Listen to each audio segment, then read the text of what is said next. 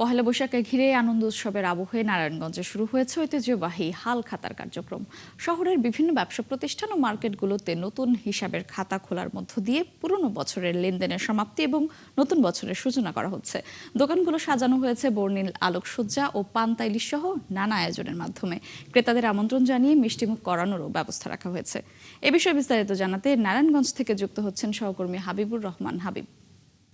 হাবিব, হালখাতা কার্যক্রম কিভাবে পালন করছেন ব্যবসায়ীরা জানাবেন।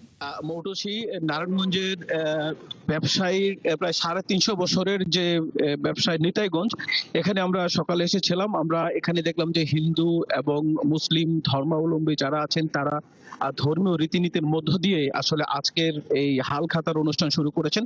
মূলত তারা আজকে পঞ্জিকার অনুসারে আজকে হাল খাতার দিন তাদের।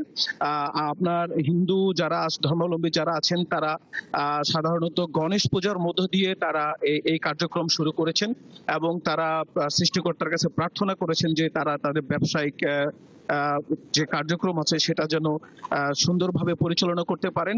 এবং অন্যান্য যে মুসলমান যারা ধর্মাবলম্বী আছেন তাদেরকে আমরা দেখেছি যে তারা মিলাদ মাধ্যমে, দোয়ার মাধ্যমে আসলে তারা তাদের হাল খাতার কার্যক্রম শুরু করেছেন। মূলত যারা এখানে যারা ক্রেতা আছেন তাদেরকে বিশেষ সুযোগ সুবিধা দেওয়া হচ্ছে।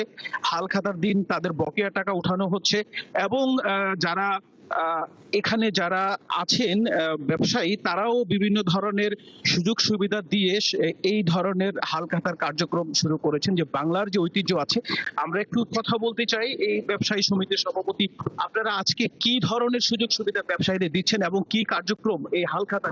আমাদের কার্যক্রম পয়লা বৈশাখ আমাদের বড় একটা ব্যবসায়ীদের বড় একটা দিন। আর পয়লা বৈশাখে আমরা পুরনো খাতাকে ক্লোজ করে নতুন খাতায় আমরা চলে যাই।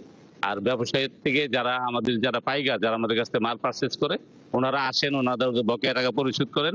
তারপর ওনাদেরকে আমরা আপ্যায়িত করি, মিষ্টি খাওয়াই, নানান খাবার দাবারের একটা ব্যবস্থা থাকে। এটা একটা উৎসব মুখর পরিবেশে নিতাইগঞ্জে এই ব্যবসা পয়লা বৈশাখটা হয়, এই হালখাতার অনুষ্ঠানটা হয়। যে কারণে আমরা এটাকে খুব সুন্দরভাবে আগামী দিনের জন্য দেশের জনগণের কাছে আমাদের একটা প্রত্যাশা থাকে, আমরা যেন খুব সুন্দরভাবে আগামী বছরটা যেন আমরা শান্তিতে সুন্দরভাবে ব্যবসা পরিচালনা করতে পারি এবং নিরাপদে করতে পারি।